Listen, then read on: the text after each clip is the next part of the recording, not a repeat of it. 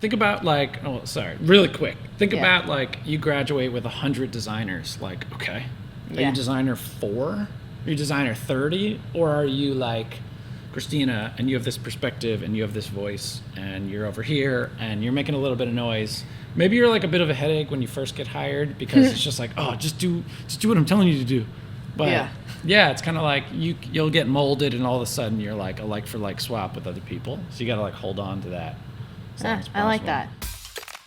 Welcome to Talking Design and Engineering by Makelab.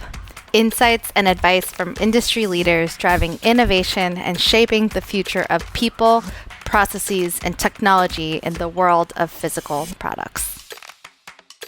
Engineering and design have two very different origins and focuses, but oftentimes, like almost all the time, they have to work together.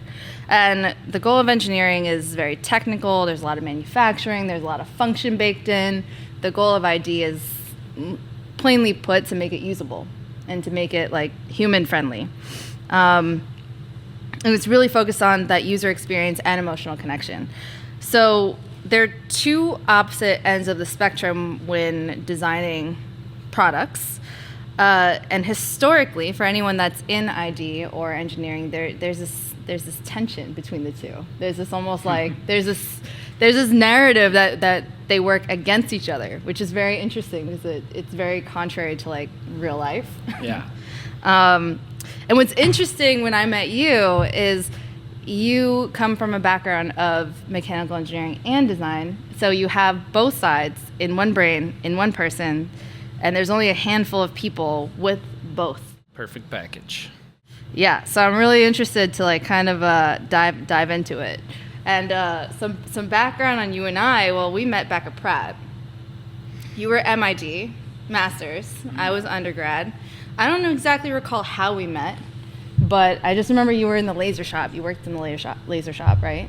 Yeah, I think that's why we get on so well, because there's no reason why we met. I think I was like, I was the rapid prototyping person, and we probably met there, but I saw you in the hallways. You were just like very nice, very like agreeable. We had nice kind of like passing by conversations, and like we liked each other's work, so it was easy peasy. And then you started doing all this cool stuff after school. Thank you. Thank you. Yeah. Yeah. But I don't think we ever like hung out while we were both at Pratt. It was after Pratt when I was after I graduated. I was at Converse, and I didn't like corporate life, like plainly put. It wasn't about Converse per se. It was just me. It was me, not them. I don't understand corporate life. Yeah. And so I was like really desperately trying to get out of it, and I remember reaching out to a bunch of people that had graduated from Pratt. Oh, I remember this. Yeah. Yes, and you were the first one to respond, actually. Yeah. Which was great. And we met up for beer. You had a lot of great insights to share. You were at Toomey, and then you moved to Ion, I think, at that time. That was my corporate switch. Yeah. Yeah. And so I thought that was interesting. I had a lot to learn. That's also the time my bike seat got stolen. Oh, God. Do you remember that? Yeah, it's flooding back. Yes. Just springing it on me on the spot. But I remember that. Yeah. You're the reason why my bike seat got stolen. Oh, okay. I see what's happening. I even bought an extra I was bike lured seat. here just to replace a bike seat. This is obvious now. But like, yeah, I mean, over the time, you're doing a lot of cool stuff too. You've worked at a bunch of different consumer brands. You've done a lot of different freelancing gigs. You were at Prime, and now you have your own firm facility. Yeah, I think with my students and other designers I talk to, I'm always kind of like, I think the best thing you could do when you leave school is like have a short-term idea about what you want to do, and then just pinball between a bunch of jobs in the first few years, and then you'll really know. Yeah. Because, I wanted to be a consultant, but those jobs were so rare, so hard to get. So many people were actually like a little put off that I had an engineering degree. Like the stigma. That's so interesting. Yeah, they were like, are you like a real designer? Or where do I put you? So I was like freelancing, and then, just kind of like having a hard time pinning down something really solid. Then the Toomey thing comes up, and they're like, oh, your two sides of your brain would be perfect here. We need like a hardcore design and development person. But that job, even though it was a small design department, that job wasn't, I don't want to trash talk brands here, but they do a lot of wonderful things, wonderful product, but the environment wasn't quite right for me. It was a mixture of like kind of corporate. It was definitely in the fashion world, which from the outside I didn't appreciate. So they have this like high turnover, like seasonal offerings and stuff. So like hardcore product dev, consulting type of stuff wasn't there, but I was like, oh, I'm making like a pretty good salary, perks. They flew me to Asia, like all this cool stuff. But then similar to you, I was like, oh, I got to get out of here. I'm getting carpal tunnel from like all the tech packs I'm doing. Oh. What program did you use for the tech packs? Illustrator. Me too, at Converse. I was working on bags at Converse too, so we had a very similar start actually. Yeah, it was. We don't have to talk about this on the podcast, but I got carpal tunnel release surgery. It wasn't because of Toomey, but you know. You actually had carpal tunnel? Yeah, both wrists. Oh I think just, it was a mixture of like woodworking, handwork, drumming like my whole life, and probably like mouse clicking and AI work. And when I was at that job, I like physically was exhausted by it. But anyway, long story short, the opportunity came to get into consulting, and I kind of just like pulled the plug on corporate job and said, I'll go do it. And I took a pay cut. I took like a 90 to 2 hour commute. Because that was Ion in New Jersey, right? That's like what I wanted to do, and I was like the best decision ever. But if I had had that offer cold, maybe I would have thought differently about it. But I was sitting at this like desk and struggling with AI at Toomey, and I was just like, I gotta go. So it was awesome. But yeah, so long story, should I kind of like keep going? I want to hear about fast the journey. forward to like where we're at. Well, what happened after Ion? Because that's when I think that's the last time before recently we started being in touch again. Like I have there was a huge lapse. So what happened in between? Yeah, I mean a little bit of like really valuable advice I'd gotten from mentors and stuff. It was kind of like once you can crack into consulting, you're like in the family. You could kind of pop between firms. You could stay there. Other consultants want to hire you. They know you know the deal. So from Ion, I ended up going to Prime Studio, which was amazing because Ion, I love Ion. Like I had such a good experience, learned so much. We had a full shop. We had a lab, which is kind of incredible. We didn't use it all the time, but we had actual like engineers as well, so we could do some pretty rigorous testing and stuff. And while we did OXO products, like every New York City consultancy does, also like medical device stuff, like some rigorous, relatively technical work. And the owner, I think he actually also has an engineering degree, like way back before his ID degree, which was at Pratt with Bruce Hanna. So it's all, but it was very like rigorous, hardcore, interesting design work. And then I flipped to Prime, definitely like a career upgrade, just in terms of like, I titled up, my pay went up, and then my commute like halved. And then Prime was really incredible because they're more like a brand focused agency. So they actually do a touch of branding, but work specifically with startups and established brands and design from this like brand perspective, which every designer does do. But I'd say Prime, that's like their bread and butter. So the work, it was a different kind of work. I got more kind of like steeped in the world of branding, appreciated the role of branding, worked specifically with branding firms. And then honestly, some of the work did kind of land into like a more flashy, more kind of like portfolio, strong pieces and stuff. So it was at Prime Studio, but then Prime Studio is going great. But just like anything, I think design's unique. Coming from engineering, it's like get a job, stay in that job. It's kind of like you could conceivably be in one role for a long time. It can be kind of like an old school profession. I'm sure now for like young people it's not at all. But when I first started out, I had an engineering job and I was there for like 4 or 5 years. Yeah. And people had been there for like decades. But with design, you could like 1 or 2 years, you could start to kind of look around, like what else can I learn? Where else can I go? And it's not terrible for your career either. So I just got to a point where, Ion was a relatively small shop. Prime was relatively small as well. And then it was like, what else is out there? And I got kind of a unique offer from Very Great. Very Great is essentially like they're a startup, kind of like they incubate startup brands. They're kind of like an umbrella company, but not like big corporate holding company. They're like a new one. Yeah, so they have new and trendy. Yeah, and they have several kind of like design forward, cool, like energetic young brands. Like W&P does all like the Porter glass and silicone stuff. I follow them on Instagram. Yeah, they're cool. And then Courant, which does like like high quality, like leather clad Belgium linen, phone charging accessories and stuff. It's kind of like the dressed up, not tech lifestyle I driven. did see that on your current site. Yeah. Yeah. Oh, yeah. I work with them all the time. Very still. great stuff. So worked there as a design director, which was really cool, like leading a team, coordinating with other teams. It was in-house, but it felt like I was running like a little mini consultancy for hire amongst the firms that belong to this holding, like very great company. So that was really cool. Pandemic, it, like just the bottom falls out. And I had always planned to start my own consultancy, but I don't know. I probably could and should have like more kind of like arrogance about design, but I was like, let me just learn enough and make sure I know what I'm doing. And then when the time is right and everything's safe. But yeah, that moment just ended up like independent work just picked up, and all of a sudden it went from like hourly work to fee-based work, and then it was like multiple clients, and then it was like, oh, this is like full-time work. I need people to help me, and then I'm getting contractors, and then it was like, this is it. I think we're doing it. Yeah, that's amazing. It's been like 4 years or so. Doing the rebrand, called Facility now. That's awesome. So, I really loved the rebrand. Really strong name. Yeah, have to shout out Otherword, which is the branding folks. A good friend of mine that I work closely with who did it all. Nice.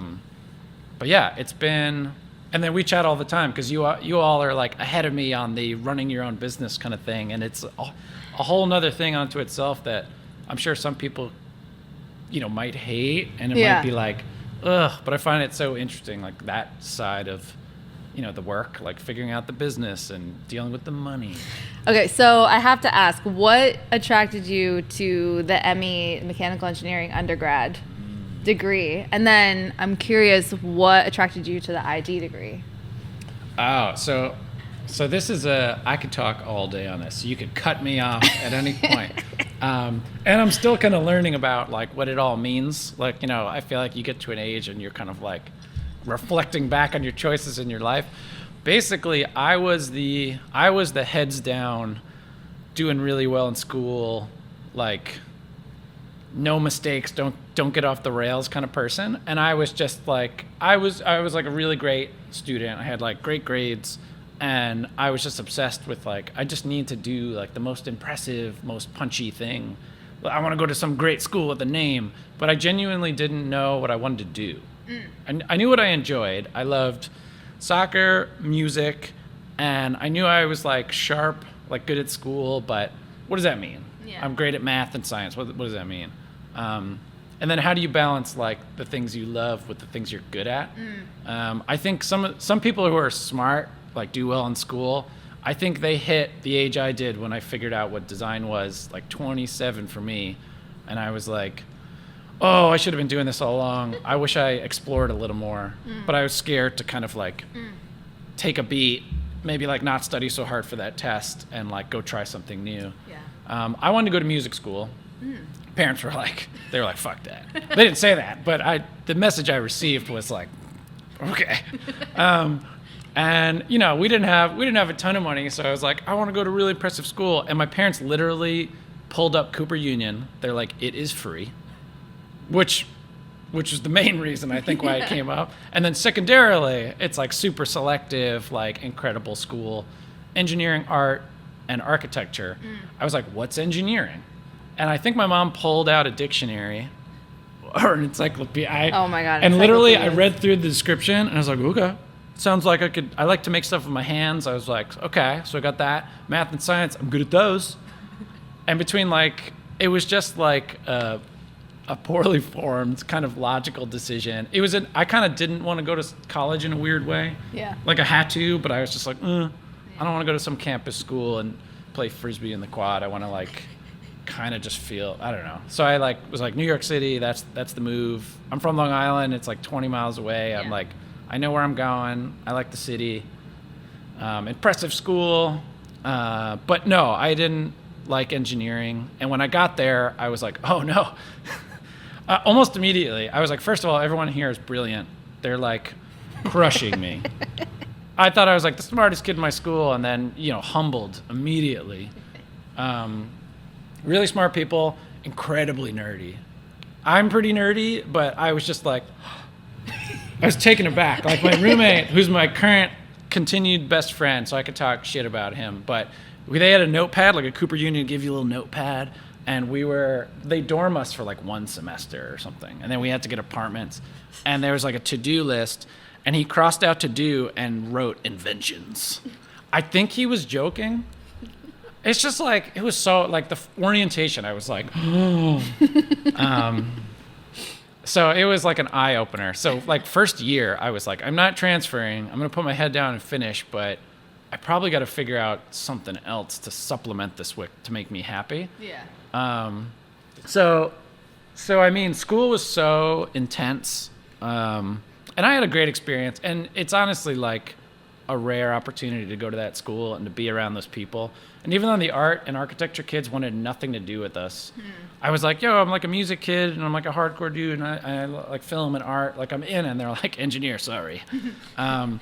But it was like, you learned a lot, you got exposed. But once I got booted out of there, once I graduated in good standing. Yeah, I finished. I mean, truthfully, I was dating somebody who moved to Tulane a year ahead of me, and I was interested in biomedical engineering. I had like a minor in bio, which is kind of like a soft semi-fake thing at Cooper, but I took like the 4 classes they offer.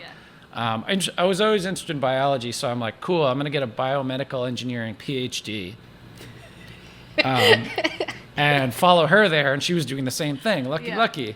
And then also the sneak attack. I don't know if designers know this, but if you go to grad school, especially if you get a PhD, not only is it free to go, it's like funded. It's like Right. I think it's NIH funded for most science PhDs, but I actually got a scholarship, so they paid me $30,000 a year to go to grad school. So I'm like, what's the harm in giving this a shot? Yeah. So did that post Katrina, like 5 months later. So that was a problem. Relationship didn't work out. Problem number 2. And then it was basically like a pre-med program. And I wasn't into that either. Like I dissected a cadaver at a class. It was just, again, you're just like, this isn't right. So came back to New York, worked in engineering for several years. And I'm like, let me just earn some money and figure out what I enjoy and just take a break from school. And then at some point I'm like, all right, it's time to make a move. We got to figure this out. I'm like actively thinking like, I got to find a career that I love. I'm lucky enough to be in a position that like that's a luxury that I can afford. I'm like, let me save some money. Maybe I have to go back to school. Let's find something I enjoy. We had 1 product design class at Cooper. I don't want to bad talk that situation either. It was enough to let you know about the field, but not like a particularly robust class. But I knew what it was. I was like, I know what industrial design is. On a whim, I took some classes at Pratt. Mm-hmm. And it was so scary. But once I got into it, I'm like, this is incredible. Like, I got incredibly lucky. Yeah. And when I see students who are like trying to figure that out, I'm like, listen, you got to like, I almost don't know what to tell you because like a real first shot, probably not first shot, third shot, 10 years later. But really, I took some classes at Pratt. I was like, yes to Pratt, yes to industrial design. Yeah. And I kind of just put my head down, quit my job, saved a bunch of money, and just went all in. And that was, I just loved it. I can't really explain. I think design is pretty special. Yeah.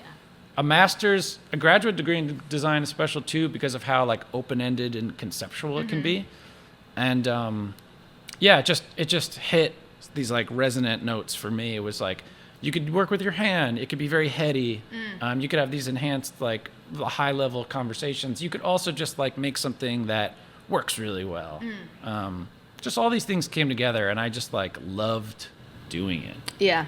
I had a similar experience. I did, my mom put me into pre-college for architecture at Pratt. Whoa. Yeah. Okay. Hated architecture. Yeah. Loved Pratt. Oh, Loved okay. Brooklyn. That worked out. But my suite mates, when I was like 16 years old, they were in ID, and I just saw them making really cool like lamps and like lighting projects and stuff like that as like 16-year-olds. Right. So I had a taste and then did it. So I can relate. It just finds you sometimes. Yeah, you got to be so grateful for those kinds of moments. Like on a whim, you get a little bit of exposure. You had a roommate and they're doing ID and you're like, what's that? And You're just like drawn to it. Yeah, you fold into it and you love it. And you're like, oh, some people like never, ever get there. Yeah. You could take all the classes, all the night classes you want, but Yeah. you got to understand yourself and you got to listen to yourself. But I mean, really, you got to be really lucky. Yeah.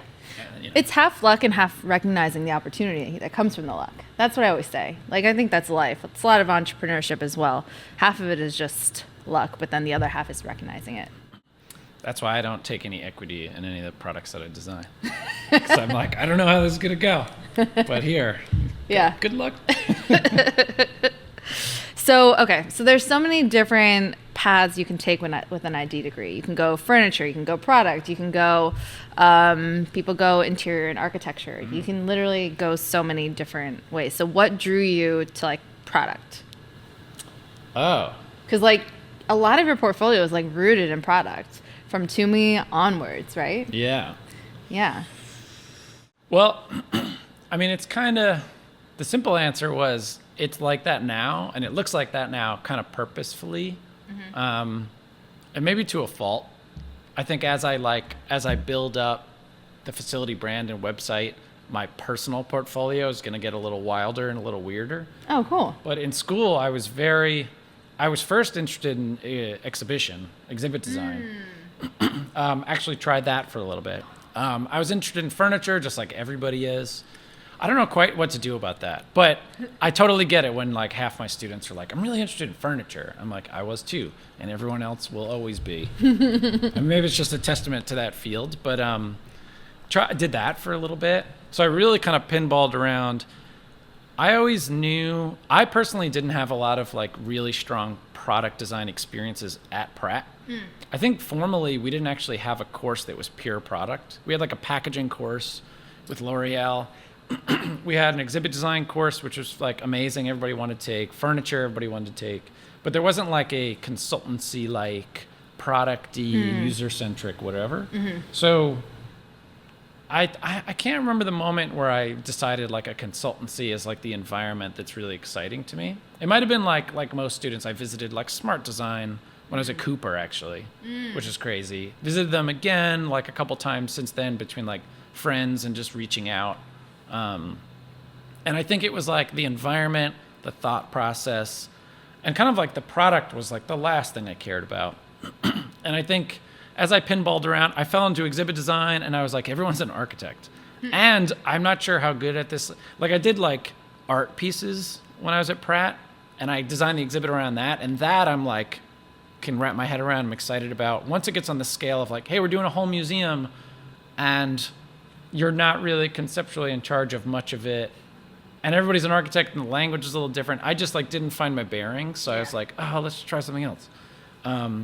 Furniture, similarly, I feel like if you work at like a relatively technical, pragmatic, like office furniture type brand where like we have scientists and we're, we're publishing white papers on how our chair like tangibly is better for your body.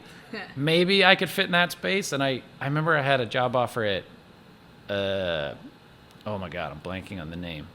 It's not Herman Miller, but it's Knoll? like, no, they do a lot of office furniture, Human Scale. Wait. Oh, yes. Human Scale? Human Yeah. Scale. Yeah, they make the chair.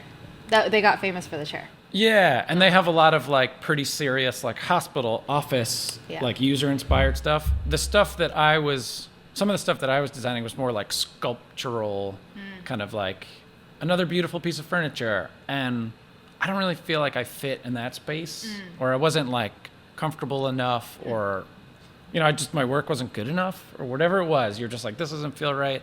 And then when I started working on product, it just like between the consultancy environment and the variety of projects but like the same thought process applied to, a spatula as it's applied to a desktop lab device in a hospital and like yada yada. So it just kind of like clicked and I was like, oh, this is amazing. I love this. It definitely has its flaws, but after a while you're like, I got to stop playing around. I think this is as good as it's going to get. That sounds really sad. But yeah, it was like this hits it. I personally, and this is like an aside, but hopefully it makes the podcast. I think keeping that like hyper creative, like unstructured stuff in your career and in your life is super important. And I'm personally trying to figure out how to do it better. Because, if you're in product consulting, especially if you're a business owner, things can get real dry and real kind of straight ahead. And I want to make like a weird furniture series. I want to like paint or just kind of keep some of that stuff alive. I get a lot of it by teaching, but kind of finding the time to do like purely creative things that then can kind of inspire your product work. I like so that. AI can't take our jobs. But yeah, that kind of weird, like, the fringy kind of like expressive stuff, you don't want to lose that. So I'm trying to hold on to that as desperately as can. I love that. In Pratt, my work was like, some of it was very like, very smart product, but a lot of it was like weird and kind of like, It was very conceptual. yeah. I remember the table. yeah, that thing. the you know what I mean. Yeah, and my problem was I left school like pitching that as a real piece of furniture. And there was like an exhibit piece where I was like, hey, this is a new type of musical instrument, but it's a teaching device. You could put it in a science museum. It was just, I was doing a lot of experimentation and exploring. Once you leave school and you have to make money, then all of a sudden you're like, ooh. But that was the stuff I was most interested in. And my thesis was basically like a collection of disparate objects that were all about engagement and teaching. And then the class that I teach at Cooper was a product of my thesis. So it was like this big kind of like manifesto about like how the world should be, like what the graduate degree theses tend to be. But I think it's good. But then like coming to like, now I do product. And I bring all that into it. And I think that's why I'm good at it, if I could say that. I think that's why I'm good at teaching. But yeah, it would be nice to be like, I'm going to, make a series of nonsense objects just for fun, no purpose.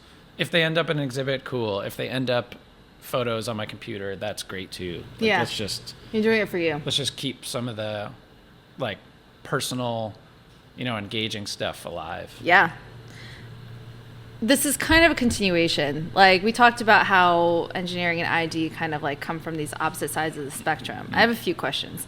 One is, how have you seen those? Well, I mean, it kind of seems like from your professional experience, they do intersect a lot, and that intersection is kind of like what you bring to the table and in your approach. But can you talk a little bit about like how specifically you've seen this like intersect? Like, does the engineering brain limit the creative brain at all, or vice versa? Or, how does it all work up in there? Yeah, it's tricky, right? Because I have the long throw take, which is like we should change how these industries work. We should change like how we teach these subjects. But I'll give you like the quicker kind of like from my experience of it. And I'm in a unique position where I actually teach design to design students and I teach design to engineering students. So I think, professionally, you can be in a situation where the engineer, they kind of like create barriers between these disciplines. And honestly, it's probably like a management error and it's probably a personality issue, but there can be kind of hardcore engineers that have a culture of no. That's like the cliche. It can be true. And the fact of the matter is there's like a hesitancy and an insecurity and like not understanding the answer on the spot. And honestly, that stems from how it's taught. Like it was the most terrorizing experience to be in those classes and just be like, Bambino. And I'll be like, X equals 3 plus, and they're like, no. And then, you're like, oh my gosh. This is so intense. Yeah. And then your grade is like, I disagree with my grade. And they're like, here's 4 tests you took. Here's 4 grades. Here's your grade. That's a B plus or whatever it is. Whereas like design sits in this kind of like ambitious, nebulous, like we don't know what the solution is, but we think we have a compelling route forward. We trust we'll get there. And when these worlds come together, a designer's like, it's like a what if profession, or it should be. And then the engineer's like, I don't see how we would do that. It would be so expensive. But I have to say, like, when you work with a really great creative engineer, and I personally think they're all creative, but when you work with like Nice the plug. right engineer and you're doing product, it's such a wonderful, there's no distinction between the roles, and it's such a wonderful person to work with. It makes the product better. It makes the process better. You learn a ton about engineering. They also open your eyes a little bit to different ways to do things because designers tend to think in a design school, design industry fashion, and they look at it a little different. But to be honest, I've met incredibly creative industrial designy engineers, and I've met like really technical people who have ID degrees and are designers. I've met designers who are like desperate to understand engineering as much as possible and vice versa. So I think, and I have to say, like, my last kind of like thing going back to the academic part is that teaching engineers, and this was like a very big part of my thesis, but teaching engineers design has been eye-opening because they're really good at it. Once you kind of, like you were talking about, once you crack through the barrier and the kind of hurt of like the critique, like this is for your benefit. This is a critical conversation. You're not going to get a pat on the back. You're not going to get a correct answer here. But how can we make your work better? Have you thought about this? Once they get used to that culture, and obviously, the skills are like can be hit or miss. We don't expect them to. They're not carving kind of like blue foam models, if those are still allowed. I'm not sure. They're all illegal. Cool. We're the last generation of inhaling toxic formaldehyde. Just 3D print everything with Makelab. But the skills might be all of, but the thought processes like really strong. They pick up the creative process, and because they're engineers. And once they kind of humble themselves, like, I don't know much about this subject, teach me it. They pick it up really fast and are incredible at it. Whereas, I've taught a lot of design students who are very insecure in this kind of like, I don't know what the answer is, I don't know where I'm going space. Very insecure with critical feedback. So I don't know. It's kind of all over the place. I think they're both getting better. So you'd imagine like generations forward, like, do these disciplines, are they more blurry? Are there people more suited to kind of work in product creatively, whatever? But no, it's been eye-opening, and I continue to kind of learn and observe about it. But yeah, there's like the cliche stuff, but there's a million exceptions. And I think a good company, good manager can create like this awesome environment. It's like that not cliche, it's like that IDEO shopping cart thing where they were like, we have a linguist, and we have this person, and they're all like, no one's doing any particular role. They're all just brainstorming and thinking together. And you might need the ID person to like, at the end put the right radii on whatever. But everybody could and should be a designer. And designers should understand about what how you're going to execute what you're doing. That's like incredibly critical. And maybe what I'm like I have like a little edge, but not much. I don't know. I mean, a ton of edge. No, you tell yourself you've got a ton of edge. So it kind of seems like culture and leadership is really the key to having a harmonious team where you can utilize both skills. So have you been on a team where it kind of clashed, the engineers and designers? Ooh. That's a good question. I mean, externally, yeah. Like internally, like within one team, I've been lucky that I've had really great experiences. Externally, like interacting with factories and interacting with engineers, definitely have people like, how are we going to do? Like, what are you talking about? But I've been a little lucky. But also, I have to say, like, as much as I'm kind of weary of like splitting up the tribes and like whatever, I can kind of like move between the tribes a little bit. I can I know the language, and I could kind of early on be strategic to garner enough respect that they're like, this guy knows.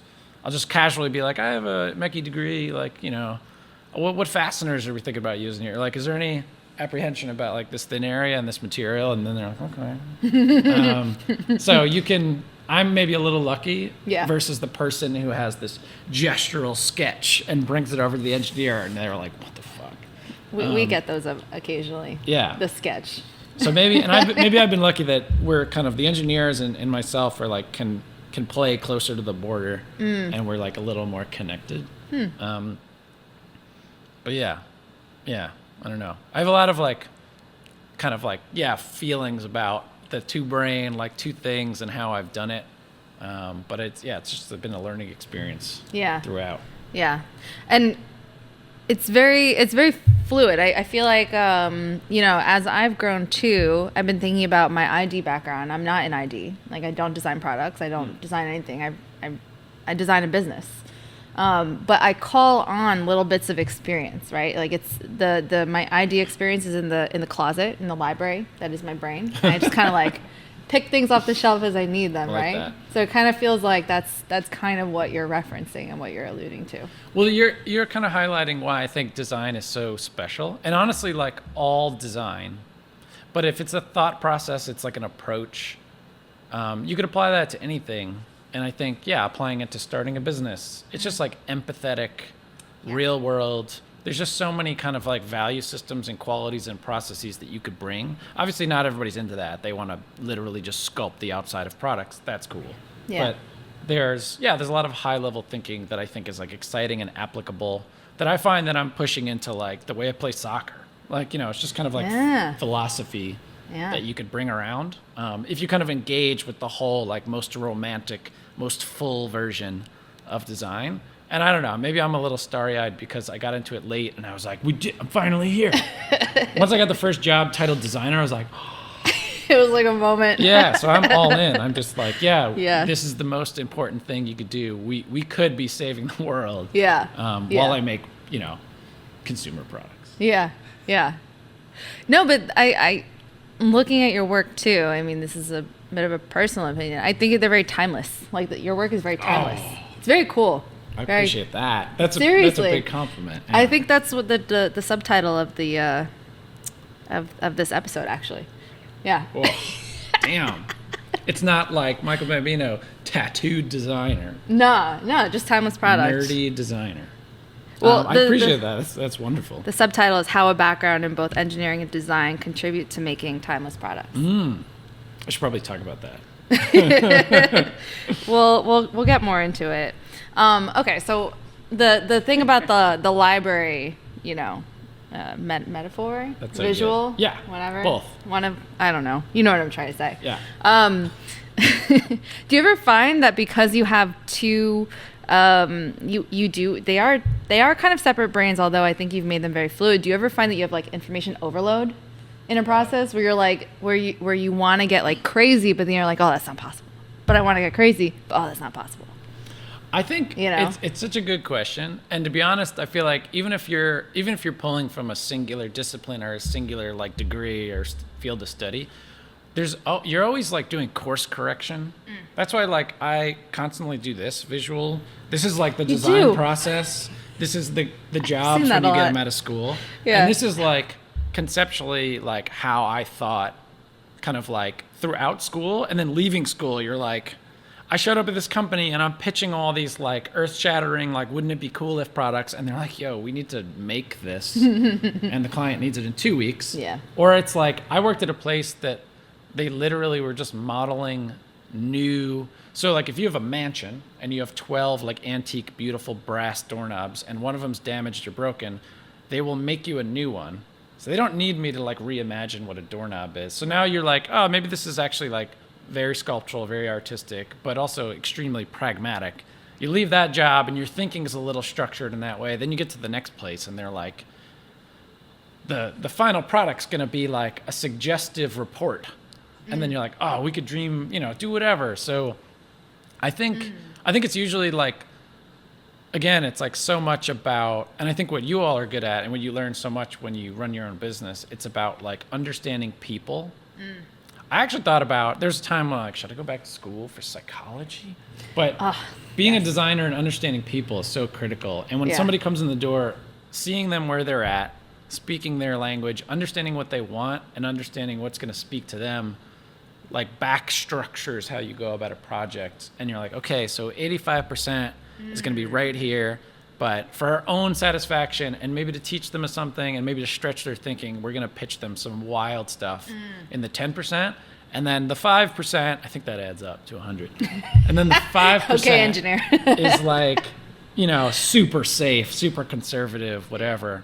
Yeah. So yeah, it's kind of like constantly pulling everything apart and putting it back together. Right. Right. Which can be exhausting. I don't find that like client to client in my work, it gets so wildly varied, but some people are just like, if you get into a presentation and they're just like, I don't know, I'm just not seeing, I know when I'll see it, I need the wow. And you like need to, for that, but then you present all wow to somebody else and they're like, this is not what we're trying to do. Yeah. We're trying to make money actually. Yeah. And to make money, I need to knock off the Amazon thing, whatever. Yeah. So yeah, I think when you get deep enough in your career, you're getting good at it. But that's why I think I need to shake it up with some weird, start painting or something. Well, it kind of sounds like you have your process, so to speak, but you really like kind of change it depending on the client, which I think is the right move when you're when you're doing consulting work, and especially when you're running your own business, because it's not about you, it's about them, and it's about their customer. So you're not even minding whichever sides. You're like, what does this person need? What does this company need? Yeah, that's my library. It's just like a bunch of parts, and I'm like, this one's I'm gonna have to pull the branding and marketing book, and then we're gonna have to pull a little bit of the flash design book, but we're gonna put the technical pragmatic book back on the shelf for just a couple weeks. Yeah, we'll bring it up later. Yeah. Yeah, very interesting. And so, what is your general process, so to speak? And it's I know it varies from client to client, but like, where do you like to start? It's kind of funny. Like, I think the most critical thing, it always depends on who you work with, but I find like, unless you're working with some big, huge brand with tons of inertia, like a strategic business department with like a really solid brief, people usually like directionally might know what they want, but can't really express it very well and don't really know what they want or like the potential. So I end up always baking in like an initial kind of like strategic, almost like brief defining phase. And nobody ever wants to pay for that because they're just like, I know what I want. I want you to design what I want. And when you hear about it, you're like, this could be better, or I'm not sure that this is going to really net out for you. Why don't we do like a strategic session, strategic phase, and we open it up with just like, it allows us to ramp up to speed because we're consultants. So I know a ton about this glass because I designed this glass, but I don't know a ton about this felt under it because I haven't designed that yet. Yeah. So let me look at that. Let me audit that area, see what everybody's doing. Let me look at how these things are made. Let me look at totally random reference and inspiration for the possibility of what we could do. And then let me look at what you're trying to do in that whole space and come back to you with like, almost like what I think the brief is. And then as a group, we come together, but also now it's a reference point for like, hey, we're all on the same page. Right. And when we propose designs, you're not going to be like, what? You'd be like, no, this satisfies the brief. Right. It's, if you want to be cynical, it's like covering your ass, but really it's about like getting everybody like rowing in the same direction. Yeah. And now like we could focus in on less and do more with that. Because you could feel if you get to an exploration phase and you're like spread really thin and you're just like the designs are all over the place and you can't readily compare them to each other, something's wrong upstream. So that's usually like phase one. And then after that, I think the cool thing about consulting and why a lot of students really get energized about it is because it feels like school. We don't do so much like hand sketching anymore. I was never like super good at it. I mean, there was a point where I got good at it, but I think it's a little like ID style sketching is not like a thing that I actively use or need. It's really cool. I got into it and I was but if you're like doing the ellipses, hundreds of ellipses on newsprint. iPad sketching, Procreate, plug. But I mean, for me personally, it's Procreate. I work with several people who, and you have to like listen to your team. And I work with people who are like, you know what, like the product is defined enough. I think we could like crank out renderings for the first phase, because how well do clients read sketches? So we lately, and kind of like my conceptual teacher head is like not super happy with it, but in terms of client presentations, ease of moving forward, like practically like rendering like loose concepts with like supplementary sketches, but it's very much like design presentation. We like, hey, we have like 4 to 6 concepts, supplementary things.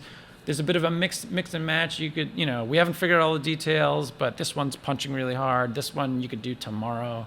And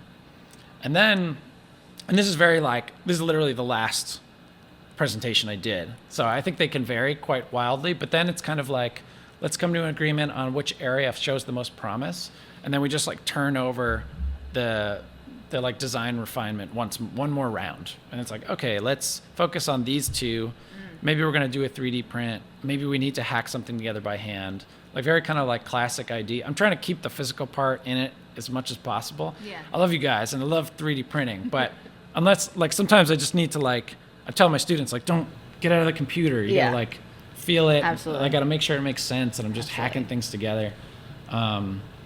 But then, coming back and just kind of like creeping things forward down that funnel, it's like more renders, some contextual stuff, some material studies, and then finally you get into like enhanced like prototyping and sampling. We also do like, I think most designers probably have to do this, but personally, like we of course like do technical documentation. That's like a big part of the job. Like you can take this to the factory. They know what the hell we're doing and how to do it. Yeah. But I've like in terms of like the effectiveness of like going straight into the computer when it's appropriate, like not presenting sketches just because like that's what ID's about. Yeah. But then sometimes it's like it is really gestural sketches. How do we make this still exciting and communicative? So yeah, it was a little all over the place, but. No. I mean, I think ID product design and development processes are like it's never a straight cut, and if you're doing the same process over and over, you're probably doing something wrong. Yeah. Like I think you're shorting the client. You know. Yeah, we were just talking about like client by client. If a client is, you just know they need something a little flashy in the first presentation. You can make flashy sketches, but I mean, in terms of the people who readily still do that and the time it takes, and I can do some like rendering on the iPad and stuff, but I mean like. Rendering has gotten so, like keyshot rendering has gotten so accessible. Yeah. And you hire like someone young who's like super excited about it and they create these sick render. I'm the designer who like, I still want to make like art and stuff. Yeah. And I love design, I want to do it, but I'm happy to set the players in motion, come back around, crit it. Yeah. Set them, like literally not be the one to do the key shot ever again. Yeah. SolidWorks, I secretly enjoy, but I mean, like, I'm okay not to do that. Yeah. Like, I'm just kind of like. Well, that's how you scale your business too. Creative director. Is why I like that role. Yeah. I mean, absolutely. How are you supposed to do everything and run the business and direct the product all at once? There's too many roles. Yeah, I think it's so interesting the personalities who I worked with somebody who was just like, I do not want to be a manager. He was older than me, had been doing it forever, and he's just like, I don't want to be a manager. I just want to design stuff. Yeah. And that's so cool and admirable. And then there's me where I definitely want to design stuff, but I'm actually like very happy to set the stage, set it off, and then come back and be like really decisive and be like, this, I know the client, this is going to be a problem, but we're missing this thing over here. It's exactly like teaching, to be honest. It's like I use the metaphor of like a bowling alley, like bowling. You're the bumpers. Oh. We talked a lot about your approach, your process, your design methodology. So how does this all wrap up into facility, and how is I went right in. How tell us a little bit about the idea behind like facility and how your past experience really funnels into how you're doing things maybe slightly differently. Yeah, it's a great question. It's a really hard question. It is, especially when you're just starting with the whole branding thing. Yeah. No, it's a question I've asked myself when I was getting started. I continue to ask myself. Some people I work closely with ask me as well. I mean, in some respect, we're, like a very kind of like classic, somewhat straight ahead, small consulting shop, like focusing primarily on physical product design and packaging, with the kind of like supplementary services of like upfront work, shy of branding, but like in the strategy space. That's like a big one we do a lot. And then design for production and production support. Actually, sometimes we just have a ton of projects that are strictly that. And I think, as the founder, like moving this business forward, I have unique experience in all these areas. And then, it struck me that both founders from Ion Design and Prime Studio had the same background, weirdly. They had mechanical engineering degrees and then got industrial design degrees, then founded a studio and found that they were able to work across multiple categories. Yeah. from like tabletop to very rigorous kind of technical product. So I feel like, yeah, I mean, there's other people who do that, and there's a good amount of consulting shops and stuff. But between like explicit consulting experience and then this variety of kind of like disciplines and thought processes I'm capable of, I could bring that to the table.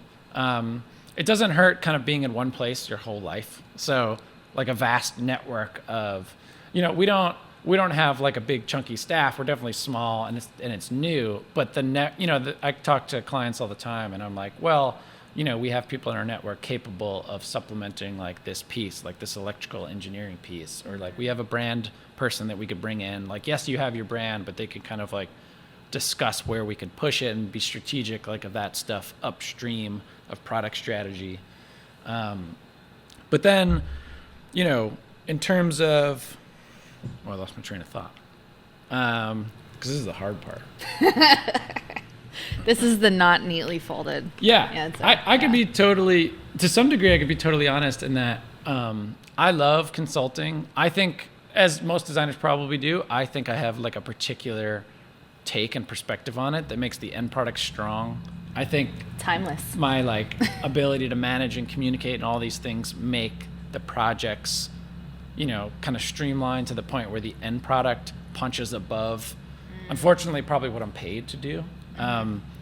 But, moving forward, I'm kind of like listening to the industry a little bit and listening to the ecosystem. Like recently I had conversations with somebody from Pratt, actually, that we should chat about later. But they are a filmmaker and they focus on, people with varying abilities. So, we just had a open conversation. I was like, I would love to actually have a focus on, say, like cosmetics for people who don't have like full use of both their hands or arms. And it's like, that actually is like a very technical, tricky problem, but nobody wants like a stigmatized medical device. Like, I can make it beautiful, but this is a hard problem to solve. I'm not sure I want to like create a beautiful teacup and, a great there's people who will be better at that than me. I want to solve a genuine problem and do some innovation. And I found when I got into consulting,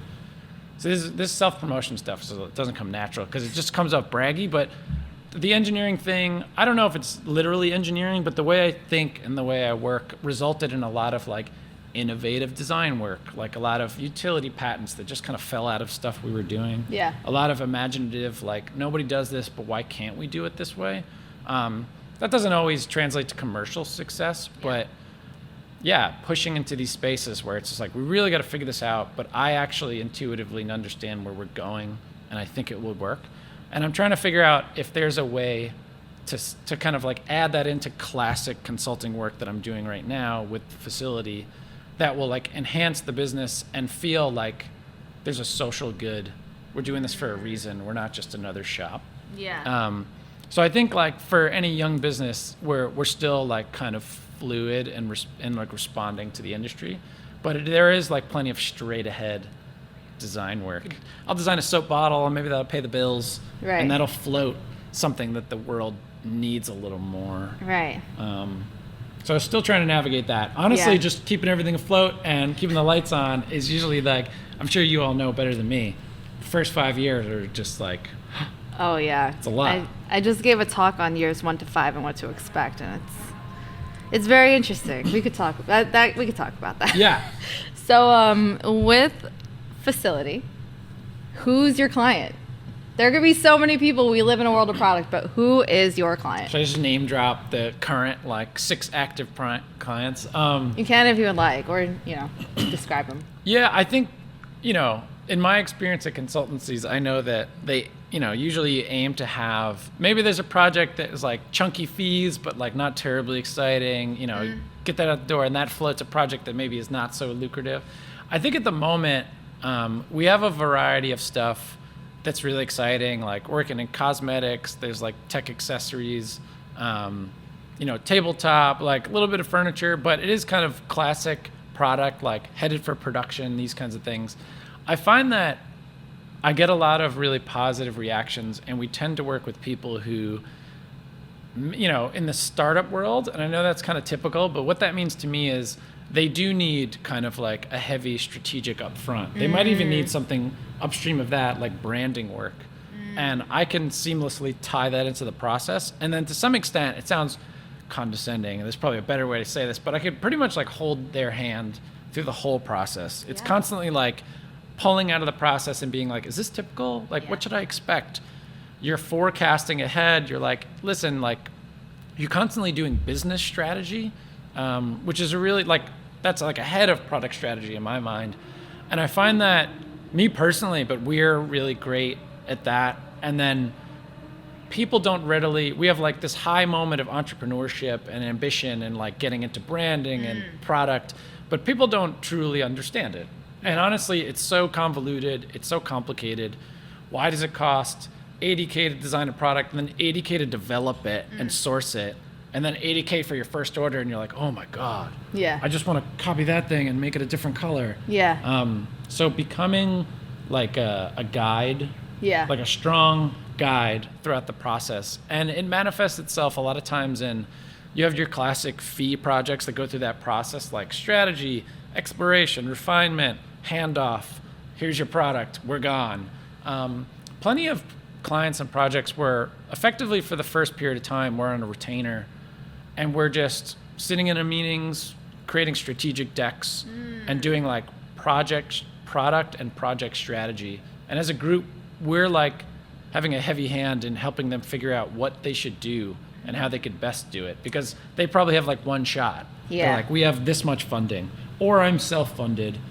And you could tell like they don't quite know what's on the other side of the hill, because how would they? They haven't done it. So I think, we're well positioned, agile, and kind of fit in like an affordable but highly experienced space where, we help those people quite a bit. And I really like it too, because you learn a ton about people running at it for the first time, just teaching, which I've done for 12 years. So I'm not done learning, but I'm like good enough at it that I could kind of like help you out. So that's kind of like a big part of it that maybe is not readily apparent, but I actually love. That's what you would want as a startup, right? Especially a funded one or a non-funded one. If you don't have experience in this world, there's so many different things to navigate. Like there's so much. And depending on what industry you're going into, there's also compliance, right? That's a whole nother thing that I've been learning about. But it's like the big picture stuff. It's like, they're like, I want to do this. I'm going to make this cup. And you're like, that sounds really fun. We could totally do that. Let's take a step back. Like, what are you aiming to achieve? Like, what's your long-term goals? Is this a brand you're trying to like chew up the market and sell to the bigger brand? Or what's the product ecosystem look down the line? Like, is this a passion project? Like, whatever it is, let's like have a come to God moment. I don't know if that's a come to God moment. Let's have a moment where, don't leave religion out of this, where we all just kind of like appreciate like the big picture, like where we're headed, what's going to make everybody most happy. And then we'll fill in the pieces as best we can. We'll be like, what you're doing actually, if you look over here and there's some off the shelf stuff and it's really about the palette and the brand, pay us less and go hire a brand designer. Because we want to make stuff that's going to be strong, going to hit the market and make the world better. But we're not trying to take, like, you want to do it? Sure, we'll do that, and just like turn the machine on. And, take your fee, and then I'm whatever. hearing there's a lot of focus on the why. Why do you want to put this out? Who are you putting out for? What you wrap in a lot of those business decisions, which I think is very strategic and much, much, much needed. Like siloed teams don't move the needle. Like. And that's what branding is effectively. It's like the center of that like concentric thing that they always show. It's like, I think the why is in the center. And if they have a strong brand established, you've answered that question to some extent, but they might not. Or they have a logo and they think that's the brand. And it's kind of, you figure this all out. Should get paid a lot more for doing that. But happy to do it. It's interesting. It's very, you push into these academic kind of like concept spaces, which I really like a lot.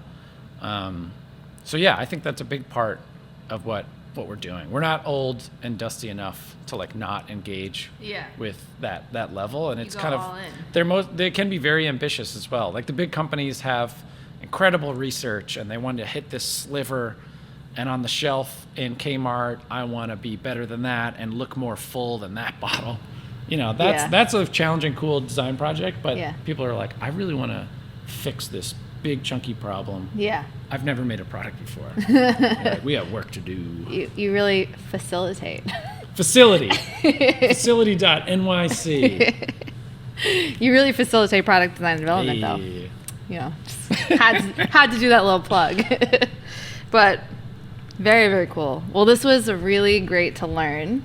I learned a lot. I had a lot of moments myself as a industrial design background person. What are 3 main takeaways that someone could take away from this conversation? Oh, so rambling. On the spot. Yeah. I think, although we didn't I kind of beat around it a little bit, and we've talked about it kind of offline a little bit, but as I get older and I get deeper into the world, it's just like every self-reflection. You understand yourself, you understand these industries. I think if you want to be big and heady and kind of like a little like everything's cool, man, everybody has their unique perspective, their life experiences, their talents, what lights them up, and it should not be kind of like compartmentalized or assumed on the level of like your discipline or where you work or anything like that. I think the academic world could benefit from like a little more unstructured thinking when it comes to like what jobs are and what that means. I think these people would all like work better together if we kind of dropped a lot of that. Like I said, there's the engineer who is totally like indistinguishable from the designer, and there's a designer who's crept into that space. I found that personally, when I got out of school, people were very eager. Once I said engineering degree and design degree, people are very eager to push me in an engineering box. And they were like, how could you possibly be good at that? So I stopped talking about it. I thought it was an asset. I thought, wow, I'm going to punch real hard. That's what I would think. A lot of people are like, I don't know where to put you. We don't have the in-between job. Or can you really design?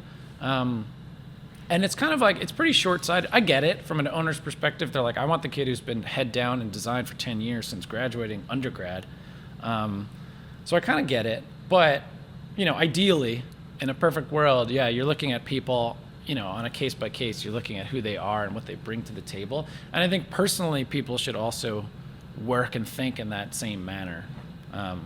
What's my value system? What have I learned? What do I want to do? And I mean, what you studied for 4 years in the most volatile, weird time of your life, I don't think really could and should affect it all that much. I get, like in real world, you have a job and you whatever. But these are kind of like, this response is getting away from me a little bit. But these are, I didn't expect to go so like, but yeah, these are the kind of constructs that'll just, make people unhappy and make people so they can't relate to each other anymore. There's probably a bigger, scary, like people in the U.S. kind of conversation that could fall out of that. But yeah, I just think it's like, think for yourself, do your work, stand behind it, constantly learn, be as open as possible, and like these would be non-issues. So yeah, I think it's like a invented culture. That's my hot take. Takeaway number 1. That shit is an invented culture. Yeah. Boom. Should I knock the mic over? Please don't. Yeah, they seem expensive. There's this John Cleese speech that somebody sent me recently. It's incredible, and I wanted to send it to my students because he's just like, the greatest creative minds are comfortable kind of sitting in the problem space and not coming to the solution. And it's like high-level thinking.